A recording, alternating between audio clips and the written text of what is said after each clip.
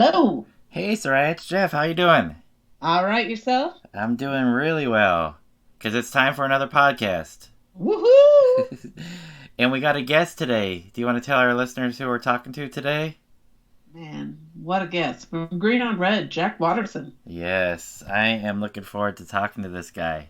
I say we jump into it. Boom, let's go. Hi, this is Soraya. And this is Jeff, Our podcast is called Paisley Stage Raspberry and Rhyme. a podcast where the two of us play music that we like and share anecdotes and background about the tunes. We hope you'll join our conversation. And without further ado, a grubiar. Let's get groovy. All right, adding Jack to the call.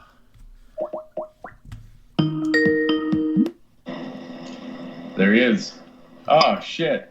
I just got a video with you, right? You don't have to. Turn on your video so others can see you. Let me see if I can figure that out real quick. I think that's fair game, right? Fair enough.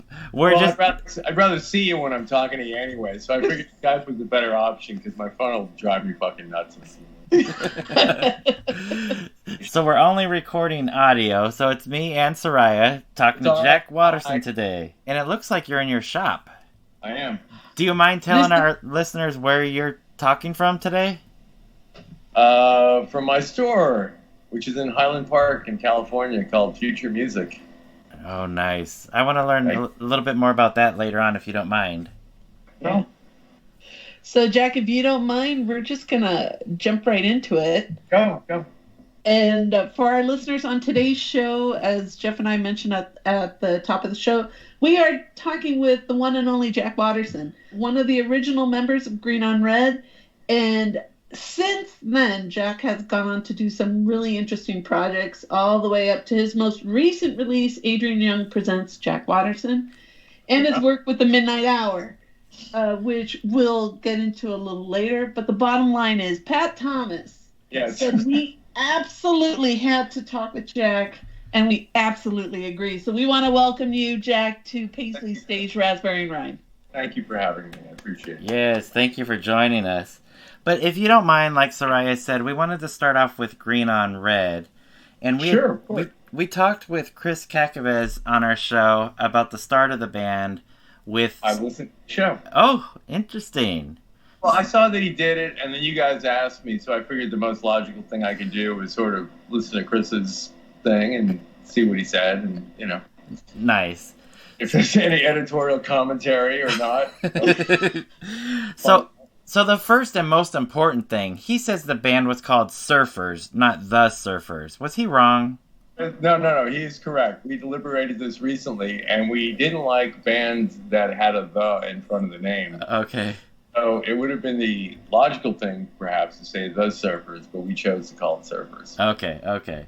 Which was, kind of a cheeky pun, because it was SERFERS. Right. We put upon and a downtrodden, So, nice. But yeah, that's what it was. And I'm not sure exactly how that came to be. Okay. But, Ward Dotson, who was a guitar player in a gun club, said something really funny one time. He said, "There's two kind of bands names, man. There's stupid and really stupid. Pick one and go with it." I like that. I mean, think about the Beatles. It's a dumb pun. Yeah. All the most weird thing in the world. It's a dumb pun. Okay. So what? Nice. And wrote it out. Yeah, it worked. And now I've got their emblem all over my bedroom, my car, my shirts. I think I even got underwear that say the Beatles on it. You bought into it, Jeff. I did. All right, so can we talk about how Surfers started off? So it was, if I'm not mistaken, it was yourself, Van Christian, Sean, and Dan Stewart in Tucson. Is that correct? Well, initially, Sean wasn't in the band. Okay. And Sean was around for a heartbeat. I think if Sean played 2 or 3 shows with us, 5 or 6 at max, that was it. Okay. And his parents didn't want him to play with us. And I think took his keyboard away from him. And then when he quit, I think he left a note at this house we were living in that were lyrics from a Supertramp song or something like that. So he bounced, and whatever, I mean, who cares? But initially it was a 3-piece, and the first shows we played were as a 3-piece. And that went on for a little bit, but it happened because the first, real thing we did was probably September of '79 was the first show we ever played. And, for Tucson, Lord, John Cale was was staying in Tucson at the time. Wow. And we knew every junkie he was hanging out with, so we thought he was like a despicable piece of crap junkie. So after we played our very first show, Van Christian went up to him, and just to be a dick, he was like, "Hey man, what'd you think of our band?" And Cale spit on the ground. He said, "You're fucking horrible." And we were like, "Yes, we did it. we irritated John Cale. Perfect." So, but yeah, we knew Intramuscular Annie. We knew all the junkies that he was hanging out with. His heroin was cheap in Tucson, so he could survive as a junkie for next to nothing there. And I'm sure that's what he was doing, because he was hanging out with every junkie we knew. Wow. He's still alive though, which is quite amazing. Like, you gotta, pretty much. I'm just trying to picture the victory high five that went on with the band. Yes. No, because we knew everybody was hanging out with, we had zero patience for them, and we knew what they were up to and everything else and what their motivation was, and so we were already sort of harsh judgmental, and so since he was hanging out with them, it's like, well, you're part of them too, so drop dead. But he couldn't have gotten a better response than him spitting on the floor and saying we were horrible, and I'm sure he was absolutely correct too. And then we understand that Dan moves out to LA with a girlfriend, and the band follows. Well, is that right? That's true, absolutely. His girlfriend was going to the Fashion Institute in downtown LA, and we had run our course. So we had gone as far as we were going to go in Tucson. We played with every great punk band from LA in Tucson. So we played with Circle Jerks, we played with Weirdos, we played with Fear, we played with X, we played with DOA. Meat Puppet's first gig outside of Phoenix was playing with us, and we had a sacred agreement with them for years where we'd get together and play together, because we knew Derek Bostrom, the drummer, and we had that connection with Phoenix. So immediately between Tucson and Phoenix, there was a love fest, and so there was an agreement we had where if a band from Phoenix came to Tucson, we'd inevitably open up for them, and if a band from Tucson went to Phoenix, a Phoenix band would open up for them. And so there was this cross-pollinating that went on, because these scenes were not very big, so you clung to each other. I mean, the initial thing in Tucson was maybe 100 people, then no more than that, and then it grew as time went on. But initially, it was a very small crew of people. I mean, Chris was he was a skater, and first encounter I had with him, they were cranking. There was a street fair, and they had a half pipe set up. And I think Chris eventually broke his leg on that. And they were cranking Devo. And I was like, oh my God, somebody else in this city gets it.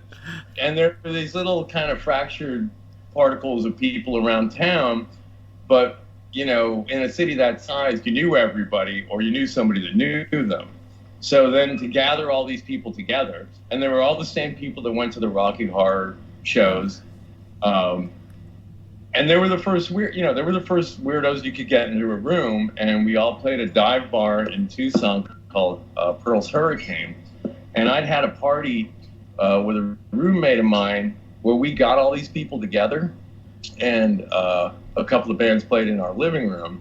And then the people I was roommating with, we all moved to California.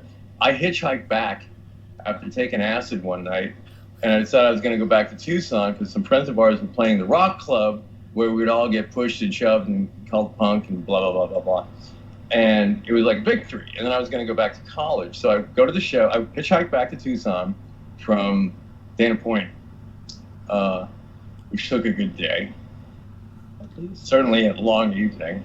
And I got there. And I went to the show that night. And then there was a party afterwards, and Dan Stewart came up to me and he said, "Hey man, I heard you play guitar. We should start a band." And that's how it started.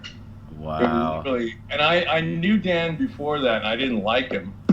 And Dan was a loudmouth and annoying. And, he showed up, and we had some mutual friends because everybody knew each other, through some connection. You're like 2 degrees from everybody. And Van was in the mix, and I knew Van. And then we started playing together. So it was almost like the next day we started at it, but none of us were any good enough. We weren't good enough to learn anybody else's material. And the other bands around us, and the band that Chris was in, they were doing predominantly covers. We couldn't figure anything out, so we just started writing our own material. But that became the underlying ethos of the band.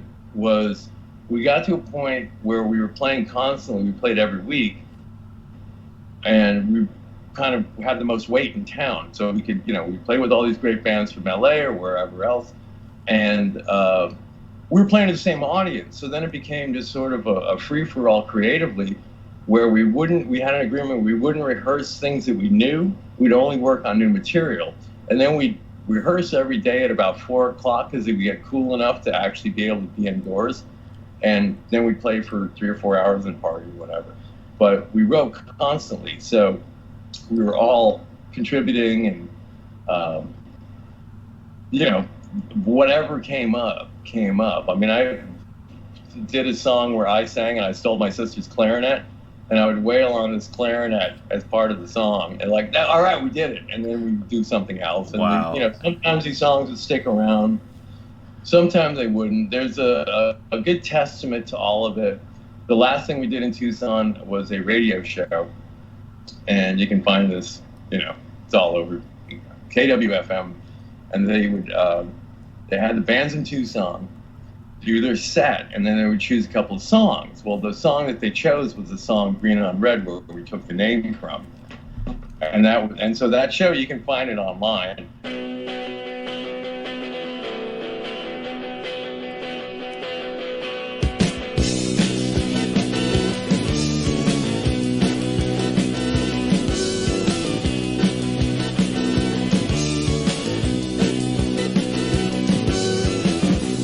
It's a fact. We're behind ourselves. So much potential. It's green on red. Green on red. It's what it is now. Green on red. Time's too short. Days go by. We're still the same. Time stood still. So much potential.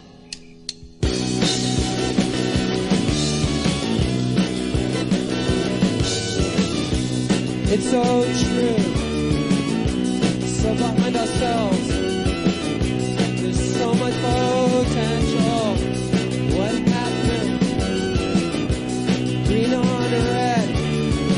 Truth is here. Green on red, the end is near. Days go by, you're all the same. Time stood still, so much potential.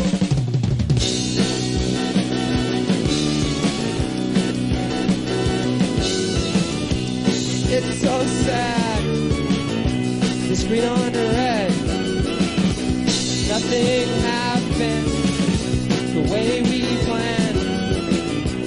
Green on red, truth is here.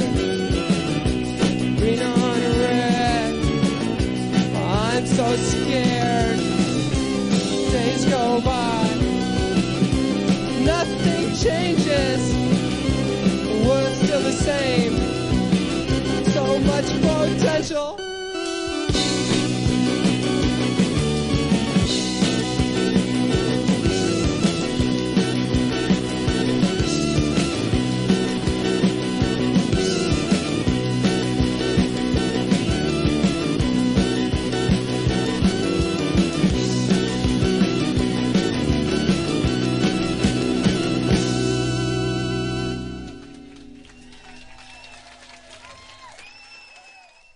That is exactly how we sounded at that time. It's a live performance, and Dan and I had taken tranquilizers or something before the show. I mean, it was nuts. And that was the last thing we did in Tucson, really. And then we moved out here to LA. So wow.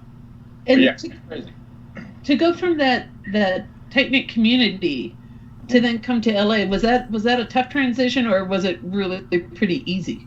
Yes, it was very difficult because we came out here and, all of a sudden we're in a city of millions of people where we came from a city of tens of thousands of people. And there was some relief because, the cops weren't showing up every day and checking on us. Dan had taken had gotten arrested, so that was part of his, what capitulated him leaving. But, there was an anonymity too. But then because we played with so many great bands that came from LA, we did have a little bit of juice, enough to start to get to some shows. But at the time, the things were starting to get more partitioned. And there used to be, you could have a crazy thrashy punk band with some arty weird thing, and then somebody with an acoustic guitar, and that'd be the evening. And it's like, oh, we're all weirdos, we're all in the same room, we all like the same weird crap, so we're hanging out and drinking beer and watching this music. Very quickly, with the sort of implied violence in a lot of the punk rock shows, things got very sort of segregated in their way. So then all of a sudden you didn't have this cross-pollinating, where before that you did, and you could have any kind of band playing together, as long as you kind of fell into you really don't know what you're doing. Everybody showed up here. I remember you're from the Rocky Horror Picture Show line. We're gonna have a gig. So the Surfers became a bad name because there was that threat of Orange County skinhead kind of thing, and so we knew we had to change it. And then Green on Red was a good choice because you couldn't put "the" in front of it. That was a lot of, and so that was sort of a metaphor for war in its way, because Vietnam War had ended, but then they started the selective service up again. So I was a little bit too old to have to register, but Dan and Chris were not. Oh. And then you had the looming Reagan presidency as well. So it put a very uncertain tone into your life, because you felt at the time you're cannon fodder at best, and there's no hope for you. And now you got somebody around who really does not care about your lifestyle. And, it's a very hopeless thing. So, moving to Los Angeles really took a lot. And, we were stealing from grocery stores. We'd put each other up to stealing, you're going to steal hamburger, I'm stealing cheese, somebody's going to pay for tortillas, but we're going to swipe that too. And Chris hated that shit. But me and Van were thieves, and so we had no problem, going to the grocery store and robbing them. Oh, no. Yeah, we had 2 television sets that we got out of a Goodwill donation bin. One had sound and one had picture. So you had to dial them both in together. Wow. My mattress, and I'm sure the rest of them, we found on the street. Wow. And then we started looking for jobs. And then Van got a job at a paint store. Standard Brands paint store on Vine Street in Melrose. And I think he kind of missed the sense of familiarity with Tucson, or finding girls out here was difficult at the time. Where in Tucson, it was nothing. So I think it kind of started bugging him. So he decided to split, and he quit. And his car wouldn't start with a key. You had to push start it. So I helped him push start his car and load up all his crap. And he drove off in the night, and I went to the liquor store to buy a 40. And I go to the liquor store, and the guy had a television on. And he goes, "You hear what happened? You hear what happened?" I'm like, "What?" And he goes, "John Lennon was killed." It was that night. No. And so, not like I cared about the Beatles or Lennon, per se, to any great degree, but it was like, wow, man, the drummer just drove off. I'm in Los Angeles. I got nothing. And somebody shot John Lennon. So, wow. But that didn't deter us. And then we we bought a drum machine because we loved Wall of Voodoo. Oh.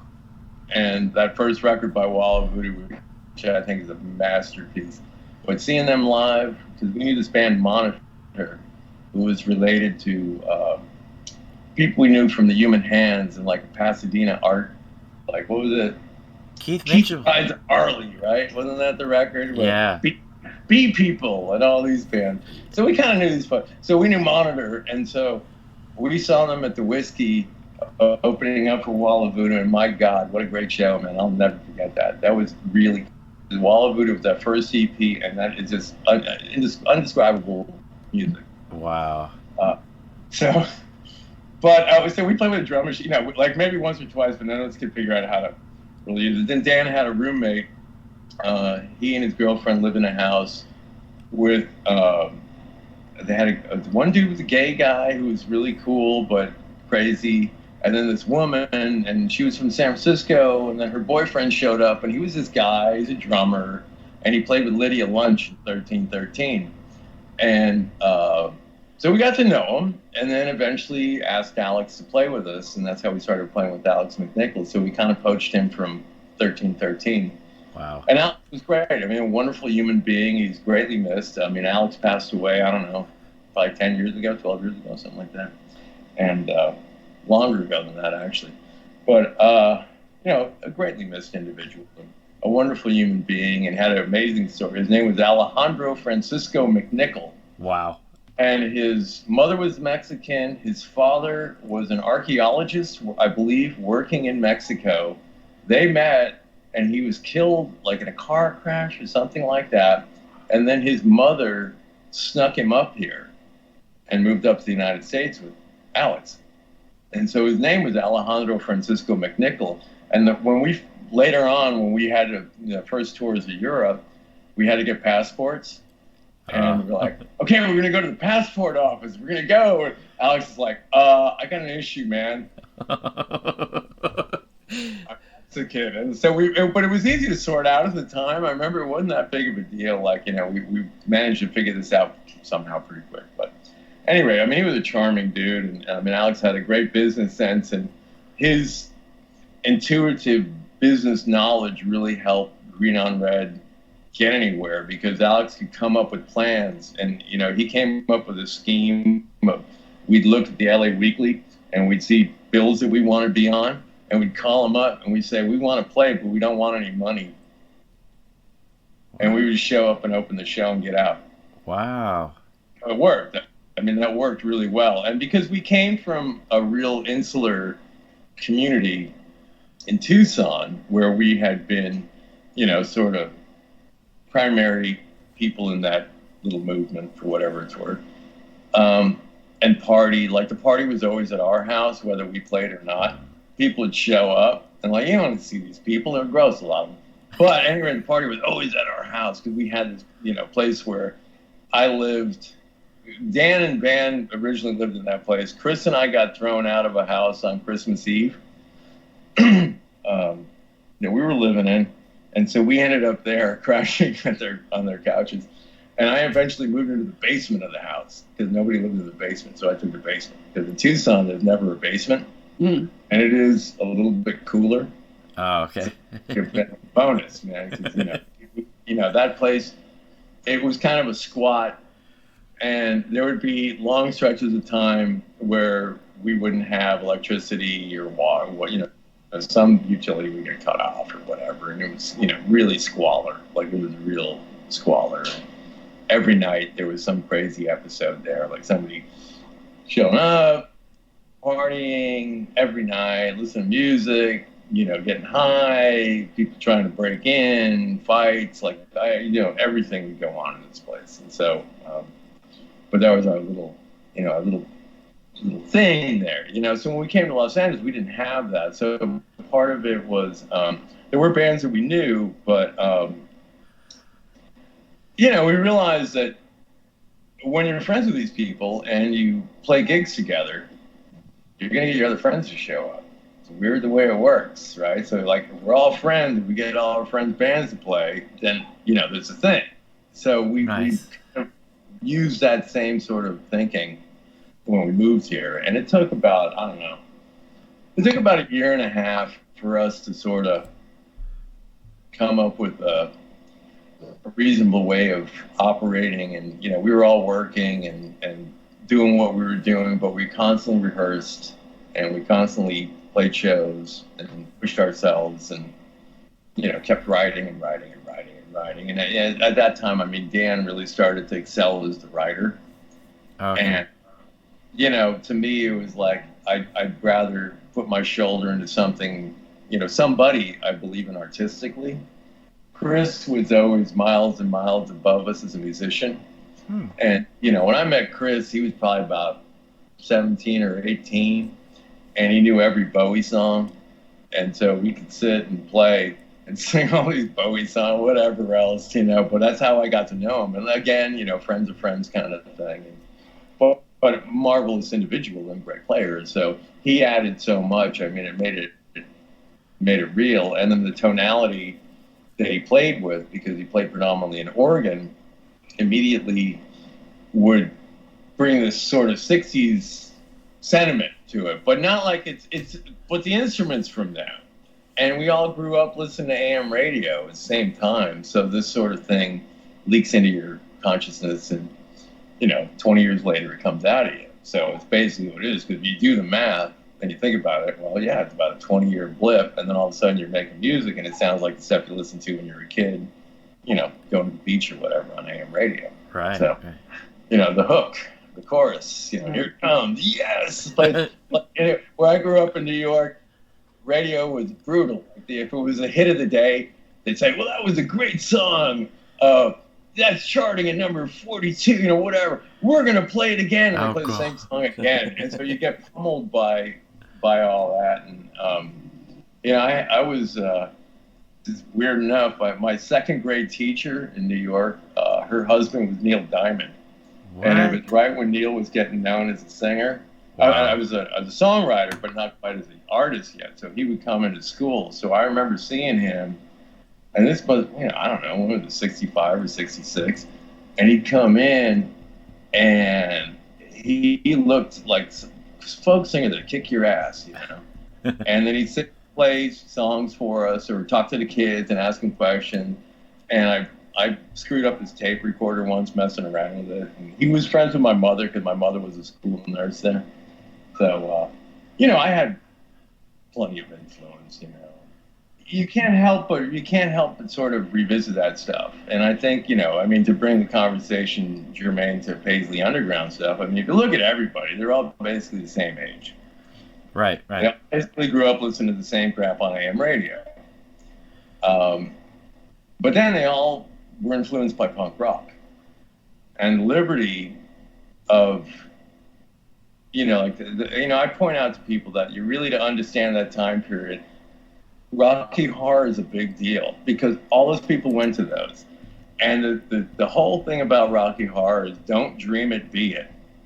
Mm-hmm. Don't dream it, be it. And for me, like a pivotal moment for me was going back to New York in 76 and being turned on to the Ramones. And when I looked at them and I listened to it, it was like, these look like people down the street from me. Right. And they look like my friends. And they're playing dumbass music that I can relate to. It's not disco. It's not jazz fusion. It's not the inflated sense that FM radio started to have at that time. Right. It was, it was the audience taking it back. And, when I, to fast forward quite a bit, when I started playing with Adrian Young, and it was really like we did a couple records with Ghostface, and I had to rationalize myself about hip-hop. Like, how can I relate to hip-hop? And then I had the epiphany. It's like, wow, well, hip-hop and punk rock come from the same place at the same time, and they're a reaction to the same way. And so they're taking music back. They're taking it back from the clutches of, like, the rock star idol. They're taking it back from disco, which, really forced a style. It wasn't the music now in retrospect, sure, whatever. But at the time, you had to look a certain way, you had certain dances, you did certain things, and it was really about conforming. It wasn't about being an individual. It was about conforming to whatever the thing was. So everybody knew how to do the Latin hustle and all that, But punk rock was contrary to that. So was hip hop. And so this is people taking the music back. And as soon as I realized that, I'm like, now I get it. Nice. I really understand what's going on. And it was a very eye-opening moment for me. But, wow. But, you know, that's the time and place. So, you know, again, with like Paisley Underground bands, we all listen to the same stuff. We came from the same place in time. I mean, all of us are within how many years of each other? Yeah. Scant. 3, 4, maybe at the most, something like that. So right. We're all kind of the same thing, you know. Different backgrounds and family experiences and whatever. Green on Red was a much harder knock band than a lot of these folks, with due respect, because we really and I told you the story how we came out here. Yeah. Yeah. Let's hear some other ones, you know. And then, you know, we were embraced by real punk bands from LA. And, you know, we would play with the Descendants. We would play with Circle Jerk. We'd play with all these bands. They liked us because, you know, the attitude was right, I guess. And the way it was presented, it was like, this is not a joke. Like, we're here really doing this right now. It could be a mess, but we're still going to do it, you know. So. Right. Well, Jack, let me ask you a question. So you're in LA and you guys are starting to develop these friendships, and it sounds like Steve Wynn was part of this friendship, and you guys ended up recording for his label down there. And the way that happened, just to clarify this to this point. Okay. Dan and Steve, when Steve worked at a subsidiary or something to do or distribution with IRS Records, because we had an EP that we had done. And so Dan was in there trying to solicit the record, whatever he was doing, and he met Steve there. Okay. There was a club called the Cathay de Grand. There were 2 floors in the Cathay de Grand, upstairs and downstairs. Dennis Duck, we knew from Human Hands. Mm-hmm. And Dennis is the one that told Steve to go check us out. So we played in the basement and Dream Syndicate played upstairs. And so that very first night that, I don't know how many gigs Dream Syndicate had done at that point, but whatever. But they came down, and then it was immediately like, oh, well, we know Dennis. Now we met you, whatever. I thought Kendra was amazing. So, you know, we all became friends immediately and respected each other. So that is exactly how that went down. But that was a meeting at the Cathay de Grand. It was absolutely because of Dennis Duck, because the Human Hands had played in, some of them were from Phoenix, and they had played in Tucson, and they were blown away by the reaction they got in Tucson, so they remembered us. Wow. Exactly how that happened. So it was more of a connection with Dennis than Steve initially, sounds like. Absolutely. Yeah, well, Dennis was a conduit, without question. Wow. Because Human Hands had broken up by that point, I guess. I'm not sure how Dennis ended up playing with Steve. I'm not sure what the connection was there, but that's what it was, because of Dennis Duck. Very cool. So can you tell us about recording the record that you did for Down There Records? We had zero, you know, you couldn't, what label would sign you at the time, and what would it be? And a lot of it, you couldn't really hope for much more than putting out your own cassette, because that was something conceivable to do. You know, we'd already ponied up money for a record, and it didn't garner enough response to really inflate anything to enable us to do anything else, but we felt the desire to record more. So there was a rehearsal place that was on basically like right in the neighborhood of Highland and Sunset. Okay. And they had a recording studio there, and it was ramshackle, and we did 2 Saturdays in a row, and I think the record cost $200. Wow. And it was top to bottom, done, recorded, mixed within the 2 days, the 2 Saturdays, and that was it. So our thing at the time was to make a cassette out of it. But Steve had Down There already, I think, and the first Dream Syndicate record had come out, or was coming out, or whatever. But it was absolutely, like, it's better than a cassette. So we did it. And, you know, I mean, it did better than we actually knew it did. Because, like, Rodney Bingenheimer, we went and, you know, met the Dalai Lama at the Denny's and handed him the record and played a lot of it. And, I mean, Rodney never... an interesting cat, I'll be diplomatic. He never gets the love he really should. But Rodney Bingenheimer has contributed so much to modern music. It's insane. Like when you think about the leg up he gave so many people, it's insane. God bless him. That documentary is garbage and disrespect. I'm sorry, it is. Because they don't, he should be revered. And when he lost his show on KROQ, that was a shame. That was a bummer. That was a shame that happened. Because he's an important cat. So Ronnie played us, and then, that was the height of college radio. So if one station picked you up, somebody else be looking at their playlist, whatever, all of a sudden you're getting played in Cincinnati or whatever. So that's how everybody kind of got along with college radio, because it was not commercial FM or whatever that played us. It was all college radio. So tours, I've been to every university in this country. I didn't attend them, but I played a gig there or went on the radio station at some point. But I've been to Harvard, Yale, Tulane, you name it, Stanford, wherever. I've been there at some point in my life and played a show or been on the radio show, because that's what supported it. Okay. And, that was everything. And that became its own thing because major labels started to recognize that college radio had a lot of clout. So a lot of the people that were the program directors or whatever would go on to be A&R people. That was a really common thing, super common thing. Yeah. Wow.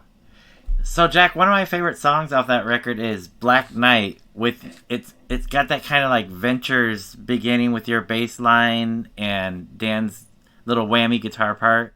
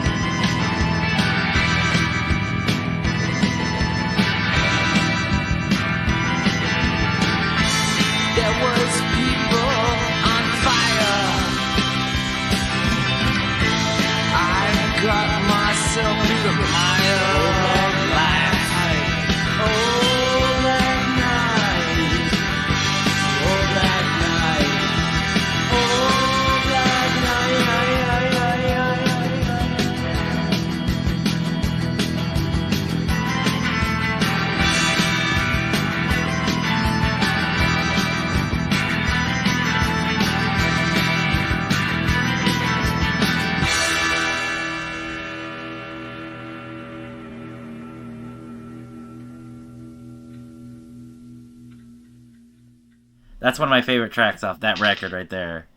Do you remember recording that song?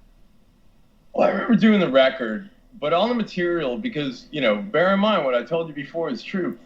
Some of those songs maybe never got played again after that. Okay. That's exactly how we were in the moment. Dan's girlfriend at the time was going through some health problems. Listen to the record again. Listen to Hair and Skin. I saw you swinging overhead. You look so fragile.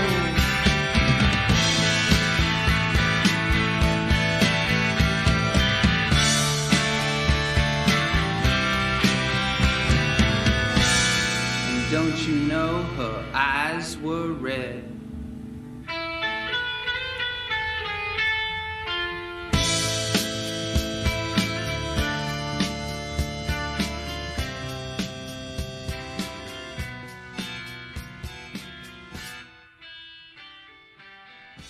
Dan's girlfriend was going through some real health stuff at the time we were recording that. And Dan would improvise lyrics constantly. And he would write on the spot. So that record is that moment in time, never to really be repeated. It was a recorded testament, so we played versions of those songs, but the way that is in that moment at that time is exactly how we were. Wow. And so that's why I'm very fond of that particular record, because there's things we did that were more polished, whatever.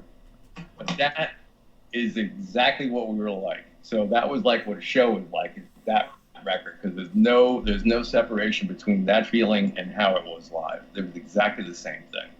So, we admired all sorts of stuff, and it would leak into our music. I mean, initially there's some Talking Heads feels that we get, and we had started to kind of discover psychedelic 60s music. We'd heard it, but then we started getting in a little bit more, so that was kind of intriguing. We liked spaghetti western shit. We liked Wall of Voodoo, So, all these things sort of influence you, and when you're kind of working on that Paisley, you're not trying to you're not trying to build a pyramid. You're just putting up a lean-to and moving. So you're not looking at your songs as though it's some epic genius thing that has to be this perfect. No, it's a moment, man. It's a moment, a moment, a moment, a moment, a moment. And since that band was so visceral, that's how it was. And that's when it was at its best. And that's why, our shows could be great and they could be really bad. Because things could go horribly wrong at the show. That would happen, But sometimes it'd be great. And that's a lot to do as as artists, to be that in the moment and not really careless, but you're not getting bogged down by the process. And this is something that had always put a sting on anybody we played with, because we'd show up and we'd have 5 new songs every week. And some of them we'd never play again. And people knew that. So it's like, you're going to hear what you're going to hear today. Dan would make up lyrics all the time. So there might be something that happened during the day that he told me about, or somebody in the audience bugged him or whatever, and I just listened to him every night we play. I'd be listening to the PA and what is he going to talk about? I could make up in the moment. Yes, there was stuff that's repeated, but a lot of the stuff was just literally off the cuff, and it would just come out like that. And people that knew us knew that that's what was going on, because it wasn't like that a week ago, and we didn't play the same thing a week ago. This is something completely different, and just keep moving all the time. I love that. I love that. Each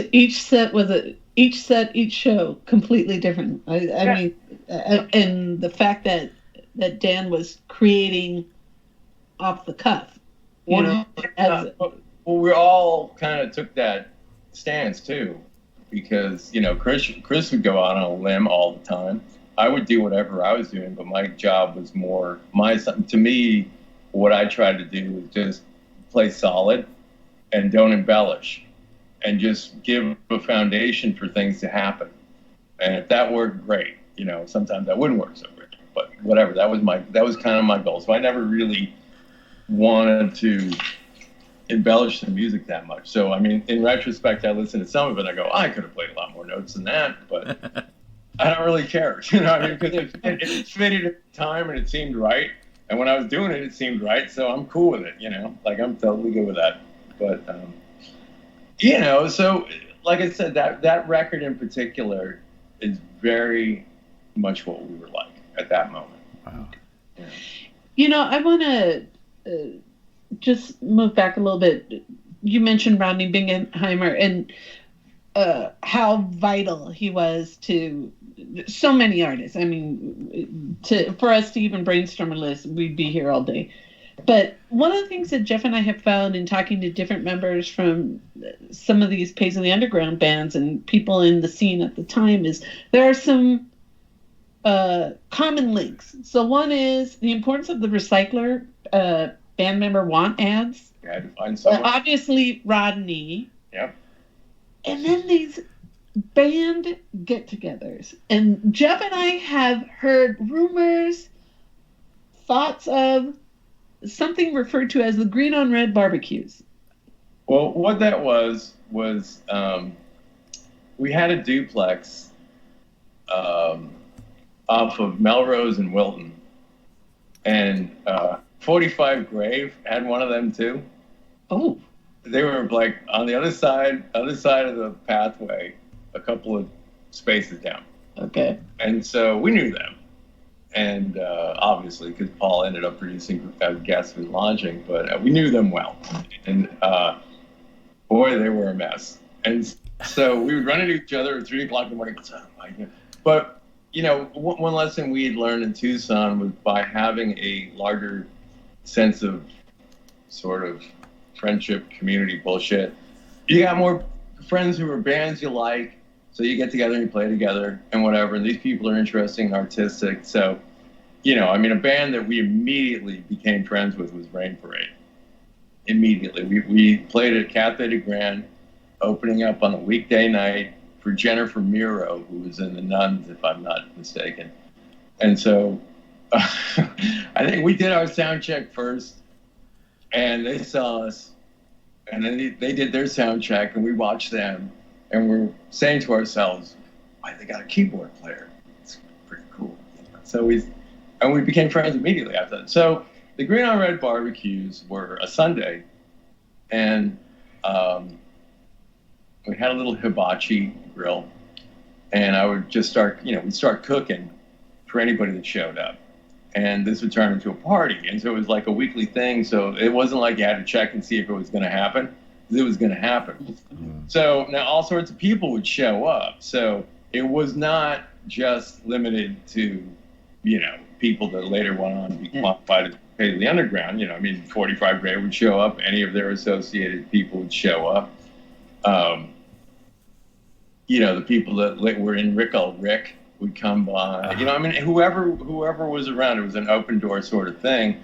And it sort of created I don't know, just like something to do, whatever. But it got everybody to hang out. And then, of course, it'd be like, hey, we're going to do this thing. You should do it with us, or, you know, whatever. And so it kind of developed that commonality a little bit. But there were other things, too. There was a woman named Spock, who a much adored person.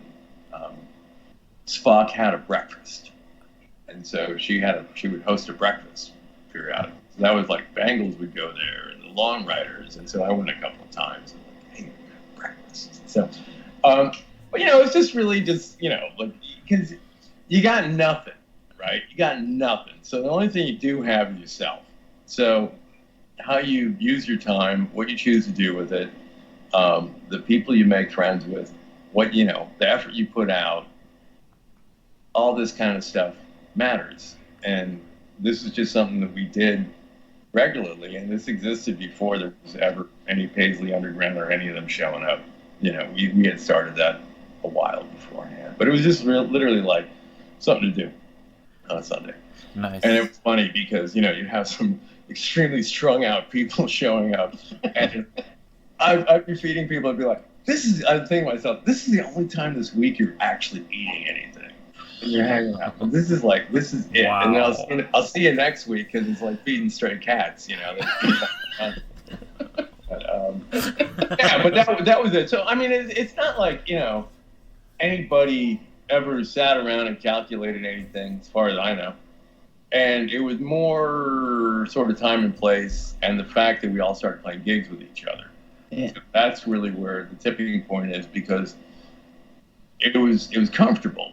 And because, you know, as I said earlier, the notion of punk rock and new wave had gotten very compartmentalized.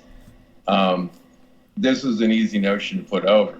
And then it became something. People called it something. But it initially wasn't really like that. It's just like people, you know, you like them, cool, whatever. We smoke weed together and drink beer and eat, you know, poorly cooked chicken. That's it, you know. Wow. But it's really that dumb and simple. There's no magic. There's no, calculated anything. It was just something to do. And, I mean, whatever. It had its virtue because we instilled our, sense of friendship in the whole thing. And that never has changed. I mean, I see these people now, and it's like time never passed. And, I'll run into whoever. I mean, some people I'm definitely tighter with than others, and some that I communicate with more than others. It's marvelous. I mean, to have friends. I mean, for God's sakes, I mean, Matt Pucci and I have been friends, and I could go on about Matt for 3 hours. We've been friends really unbroken since about 82, 83 when we met, and never has changed. Wow. So, Jack, that's one of the things that I really love about this whole scene. In addition to this wonderful music that was put out, I really like the camaraderie and the interwovenness of the bands. We've noted that Steve Wynn put out your first record. You mentioned Matt. He plays on Snake Bit, right? From Gravity Talks.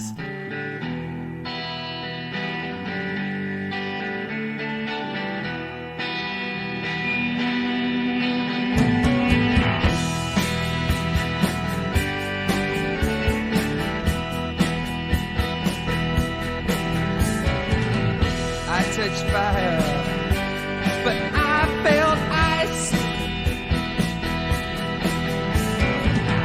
Everything was changing overnight.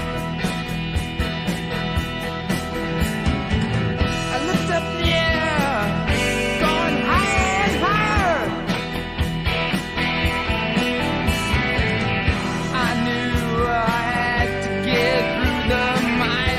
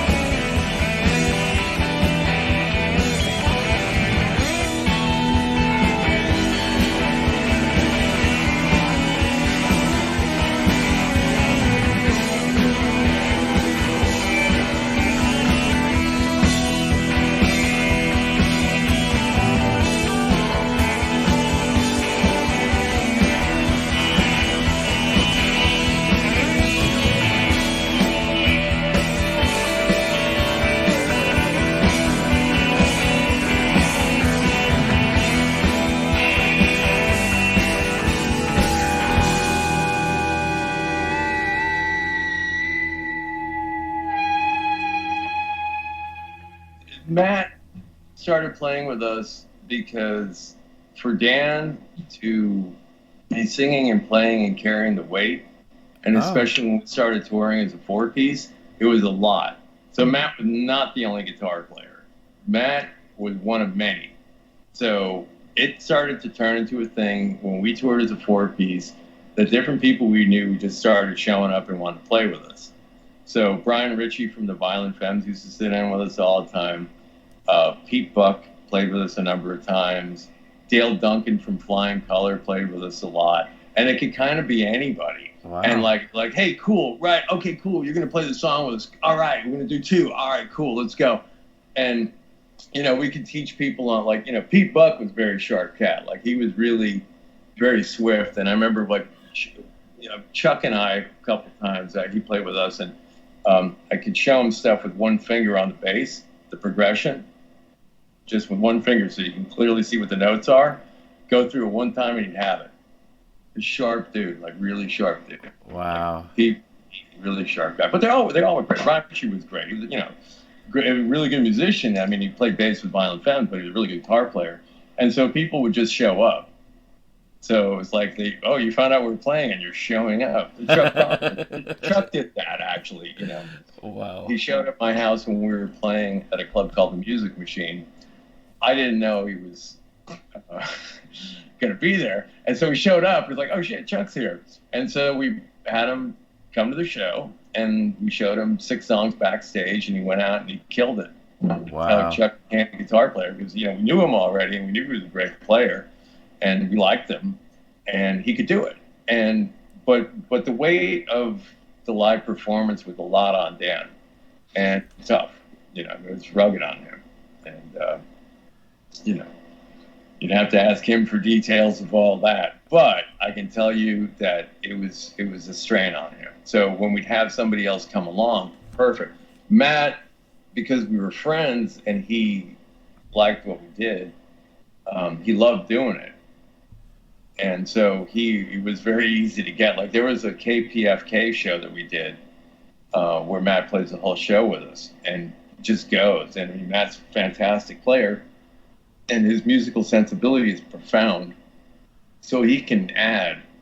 And so it was a very common thing. We'd always play with each other.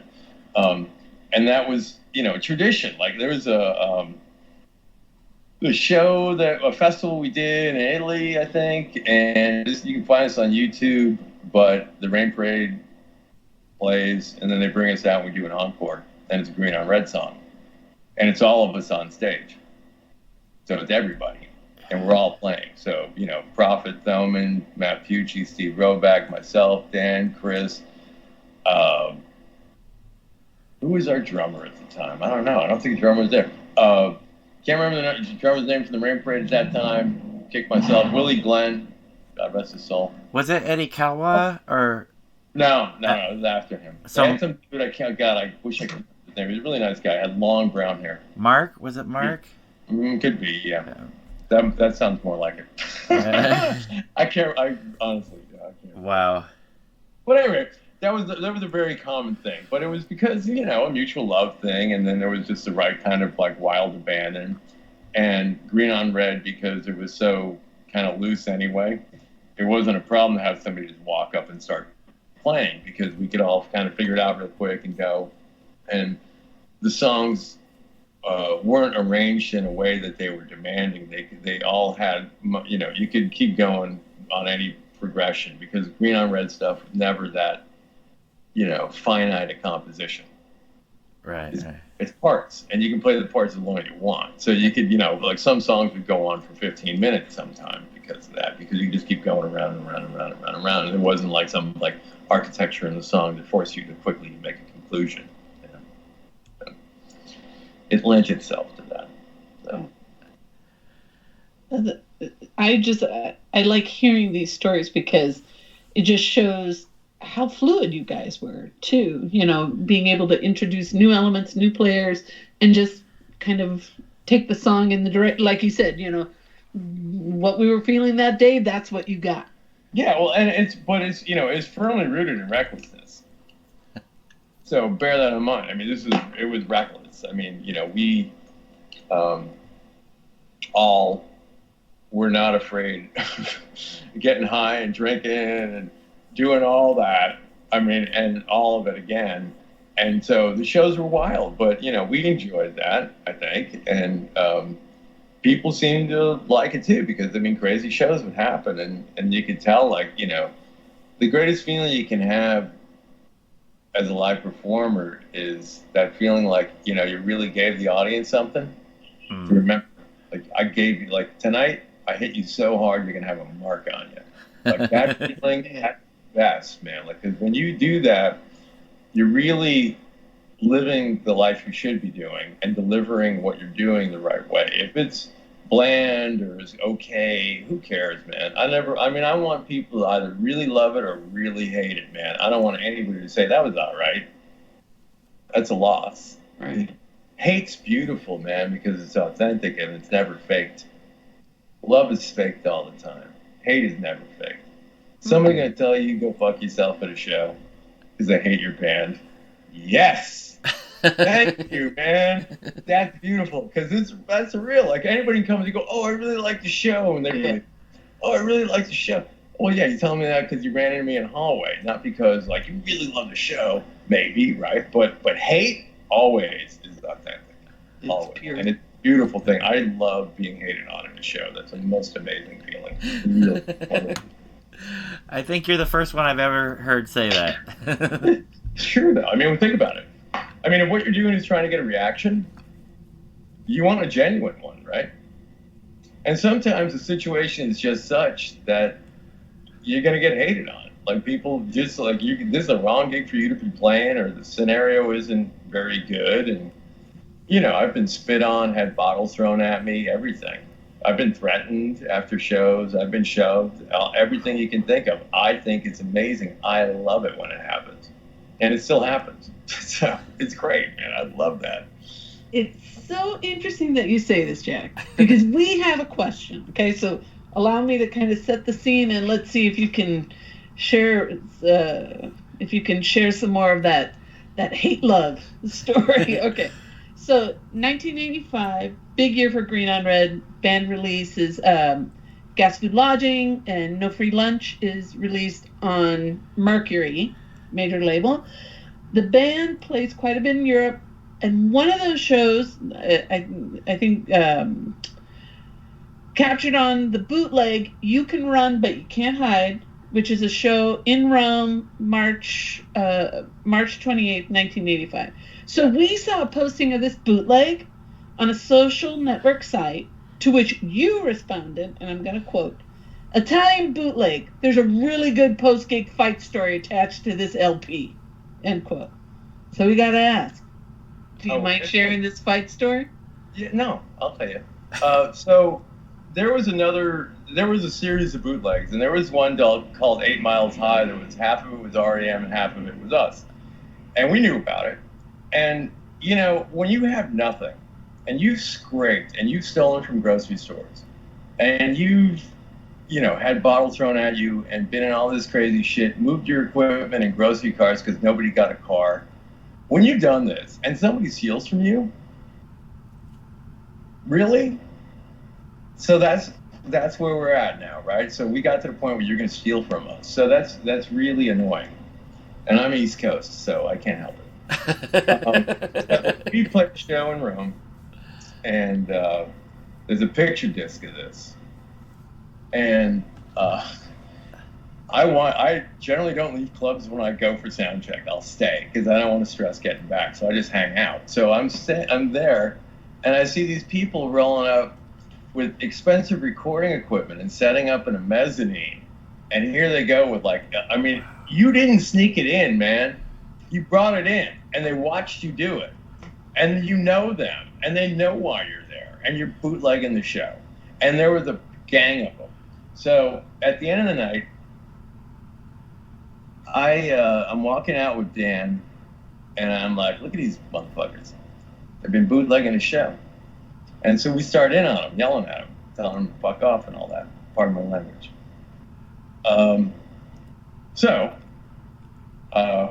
The exit was a ramp that led up to where the vehicle was. And as we're walking up the ramp, we see this little crowd is gathered around our vehicle. So Dan had a big magnum of wine, and he broke the bottle and he wrapped a scarf around his head. And Dan was a black belt in Taekwondo, so he's no joke. Like, if Dan hit you, he'd hurt you right now. So he breaks the bottle, and I can't really remember what he said. But as we get close to the vehicle, all hell breaks loose. And so it turns into a brawl, a free-for-all.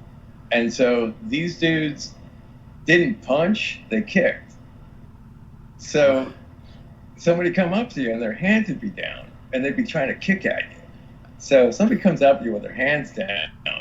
Oh, no. You can hit them easy. So all of us hit somebody repeatedly. And they were trying to grab stuff out of the van, whatever. It was a brawl. And then we left, and then everybody was really mad at me and Dan. But I think it's funny because, really, honestly, they deserved it, and it was hilarious. And now, in retrospect, it's a really funny story because, you know, hey, man, think about it. Like, put yourself in our shoes. Like, you know, you struggled. You have, you know, lived in squalor. You have nothing. You know, you got no utility, and then somebody's ripping you off for your music. I mean, come on, man. That's really callous. It's really callous. Wow. So that was the story. I had no idea that would be the story, to be honest. Wow. So you're protecting your property. Well, yeah, because I mean, think about it. Like, it really, you know, I mean, when you get ripped off, you know, for your artistic pursuit, it's like everything you strived for and lived for and aspired to, all your dreams, all these things are taken from you. You're victimized. That could be contractually, you know, which happened to us. That can be your road manager. That happened to us. You could be a booking agent and your management. That happened to us. Like, Green on Red's got a legacy that is so sad. It's unbelievable. I mean, the amount of dumb shit we did and happened around us, in retrospect, I'm like, man, you know. So the fact that people care this late in life is kind of validating because, like, oh, it makes all that worth it, kind of, right? Like, people still care. So, okay, great. You know, that gives it some sort of like, oh, you see, it was worth it, right? It was all worth it. Right. Because there's a couple people in Southern California that are still listening and want to learn more about it. So Jack, yeah. I mean, God bless them. You know, I mean, you know, if you have the opportunity as an artist to do anything that people care about after the fact, that's an unbelievable thing. I mean, that's such a profound thing. People don't get that. You know, people don't really. You see that in their lives, man. And I know that's exceptional. That's not wasted on me one bit. The fact that people care means a lot to me because it validates all that stuff and it makes it all worth it. But then it also gives me a career that I look on back now that's this long, long, long trajectory. And, you know, I just turned 61 and I still am a touring professional musician. I was recording at 7 o'clock this morning. So I'm still doing it. I'm completely consumed by it. And it makes the whole trajectory amazing. You know what I mean? I can look at the whole thing and go, wow. And I'm really profoundly impressed by the people I was in Green on Red with. When I think about all the records, I mean, that's a lot of music between all of us. You know? I mean, how many records has Chris done? How many has he played on? Yeah. How many has Dan done? How many has Chuck done? You know, how many things have I been part of? It's crazy, man. And that goes everywhere from hip hop to thrash metal to Americana to whatever, you know, it's all over the place. Like Chris's like jazz improv thing, Alpha Nord, is amazing, you know, and like it's really, and it makes me very proud of them and myself, and it also validates all of it. So it's like, yeah, it was worth it. Like, it's worth it. This is worth it to do it. It was all that ugly stuff is worth it. You know? Wow. So, agreed. So before we move away from that and talking about what you're talking about, did you, looking back, do you have a favorite record that Green on Red did?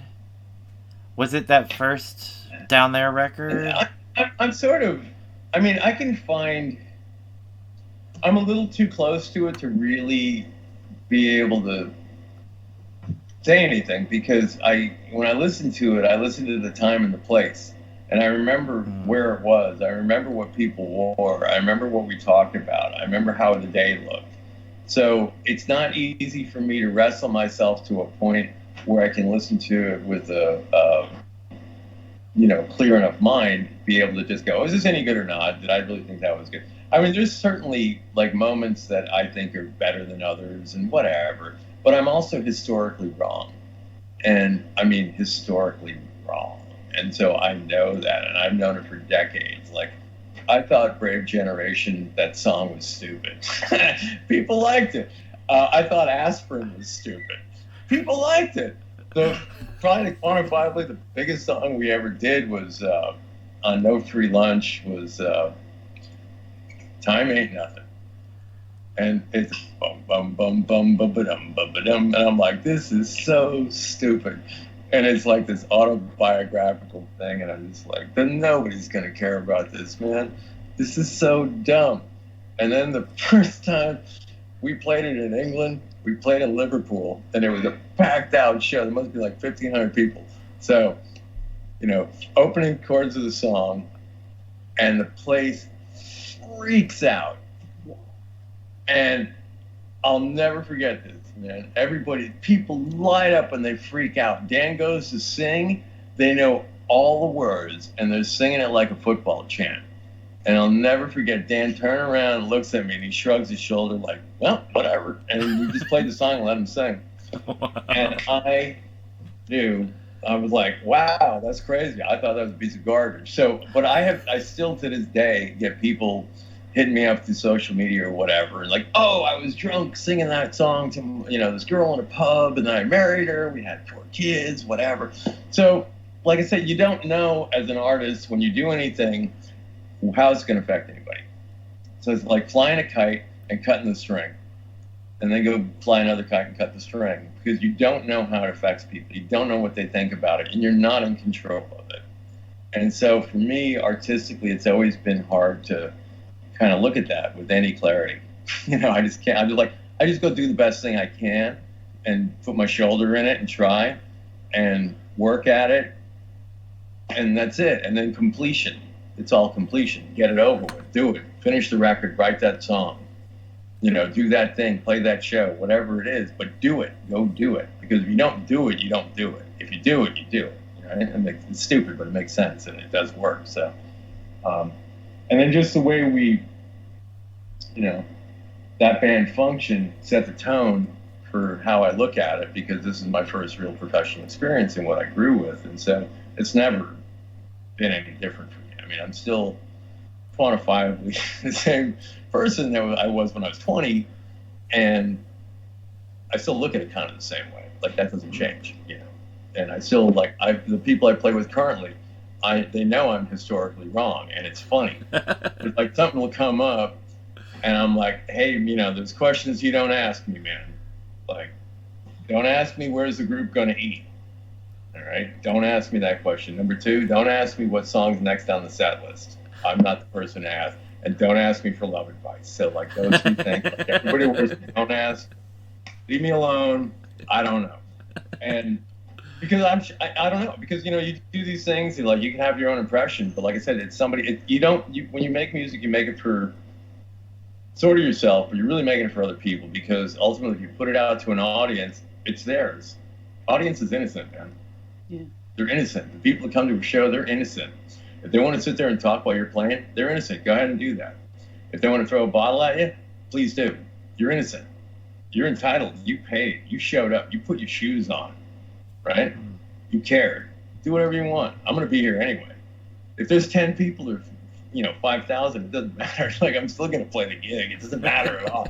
And will it be any better in front of more? I don't know. Like, we'll find out. We'll talk about it later. Like, it might be something really good or not. But it's weird. I mean, but playing is like that. And music is like that. And art is like that. And especially live is like that. You don't know, man. Like, you do what you do. Lean into it and hope for the best. And so keep your fingers crossed. So would you say that you prefer a live audience so you could feed off of that rather than a studio recording? I've never been a big fan of the studio. No.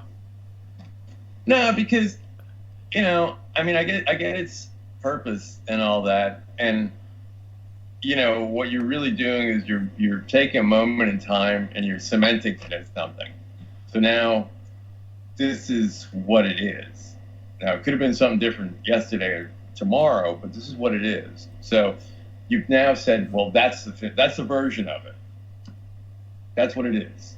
So, but you can play that show. You can play that on a tour and play the same song 50 times.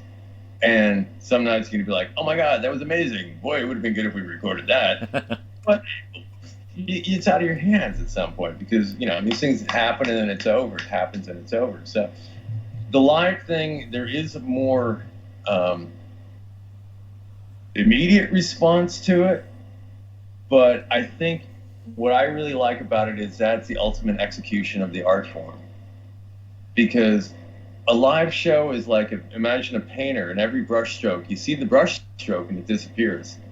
And then you see another brush stroke and it disappears. You see another one, it disappears. So at the end of the night, you're left with what your impression is of what that painting looked like. But there's no testament. It's just your memory, right? So that's what shows are like, because you're watching this thing, all this colors and everything flying around, all this emotion, whatever, and it's over. Now, what did you leave with? So if that live show gets recorded, well, that changes it now, because you can revisit the moment and analyze it. But when you're in the moment and you witness it, that's when you have that, like, oh my God. Like, I mean, we've all been to shows that are so either uplifting or threatening or whatever. They just walk out and go, oh my God, what did I just watch, man? Like, that was crazy. And then it sticks with you. Like, even moments. Like, I've been to shows and it's like one moment of it can be so magnificent that makes a whole night for me. I'll do a thing where I'll see somebody, and if they really hit me hard, I'll leave because I'm like, I saw it. Like, there's nothing. There's like, I just saw like the most heavy thing. I can't like hang. I gotta go, and I'll leave because I saw it, and like I'm acutely. I try to consider myself aware of that kind of stuff because that's how I, look at music. So when I see that thing, man, it can hit me so hard, it'll hurt me. Wow. It'll really, it'll hurt me. Like, I'll feel it and be like, I gotta go. This is too much. So that's happened a lot. So it's a good sign. That's a good sign. Like, if you can do that, that's really good. Shoot, man. Good. I gotta just sit with that for a second. I gotta sit with that because that's being really intuitive too. In that, okay, this is my time to walk away. Yeah, that's so interesting. Yeah, I went to a show. The people I work with currently host a concert series called Jazz is Dead. And when we were in Brazil, they connected with a bunch of legendary Brazilian artists. One of them, Marcos Valle. Marcos is amazing. The dude's like a surfer, like so cool, man. The guy is so cool. He comes up here, beautiful wife with him. They got this great band, mostly like people from Los Angeles. I don't know if any Brazilians came up with him or not, but Marcos is just like the real deal. And there was 2 sets that night, so I go to the show. I get, it's like friends of mine, so I just go. And so I watched the first show, incredible. Second show starts, and then they do a duet, and I'm literally like, I'm good. I gotta go, man. Like, I just can't. That blew my mind. I gotta leave, and I bounced. I couldn't have. I was like, I gotta go. And my friends were like, Where'd you go? I'm like, dude, I got hit, so I gotta bounce. Like, I can't take it anymore. That's knowing. That's knowing. I like that. And that ends part 1 of our talk with Jack Waterson. Pick up next week for part 2. And listen to Jack tell us about what he's done since Green on Red.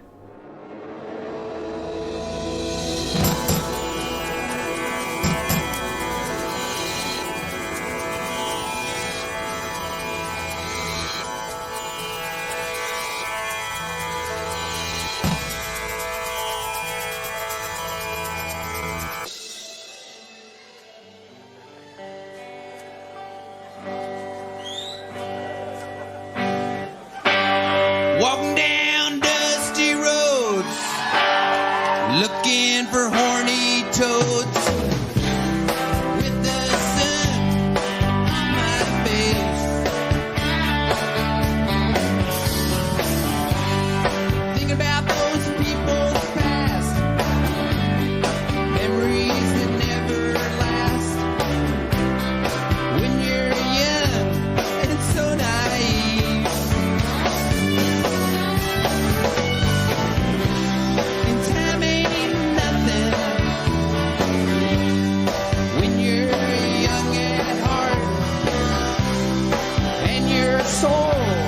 soul still burns. And I see some rainy days, sweet sunshine it never fades, all through the night. Had a little motorcycle at 10. I don't do much heroin. I guess that I want to live. I'm gonna buy a house one day. Got a sweet wife, raise a family. But that don't mean you have to die.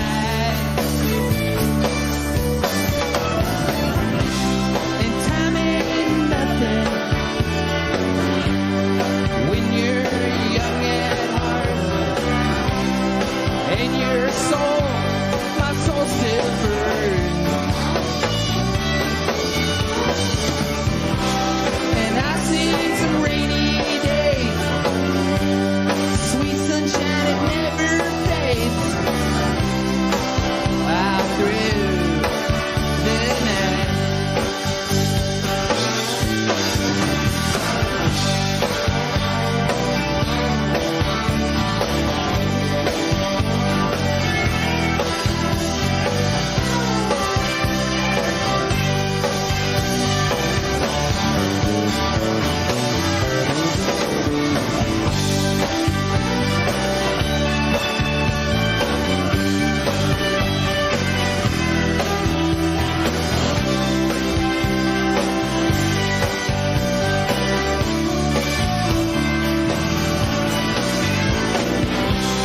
And time it ain't nothing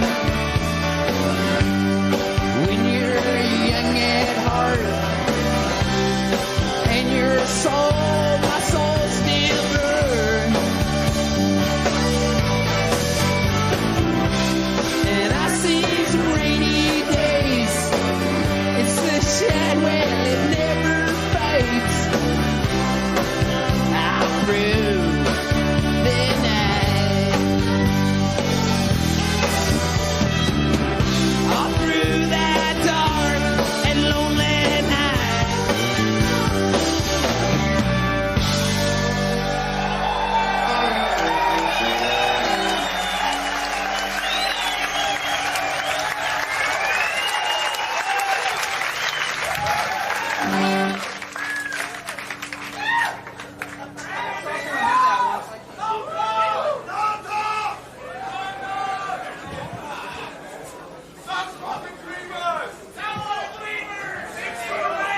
I am a donut. Ich bin ein Berliner. Man, he was Kennedy, boy. He was out there. He's a poet. I'm a donut. Yeah, I killed him. Didn't like his haircut.